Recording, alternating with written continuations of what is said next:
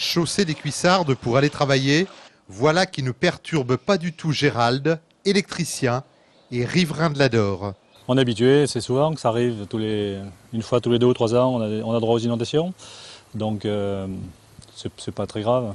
Pour qu'il quitte sa maison, il aurait fallu que l'eau monte beaucoup plus haut, une crue peu importante qui a tout de même surpris ces cyclotouristes venus de Genève. C'était très sympathique, on avait les pieds au frais, c'est très bien. Ça chauffait un peu, alors c'était bien. C'est un peu gênant, mais enfin, étant donné qu'il n'y a pas le feu au lac, c'est bon.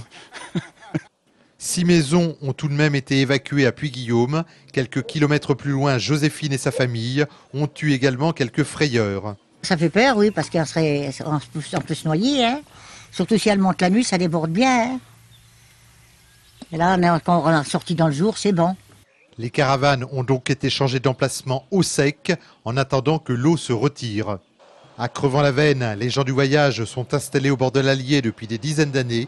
Les crues, ils y sont habitués et ont toujours le même réflexe. On surveille.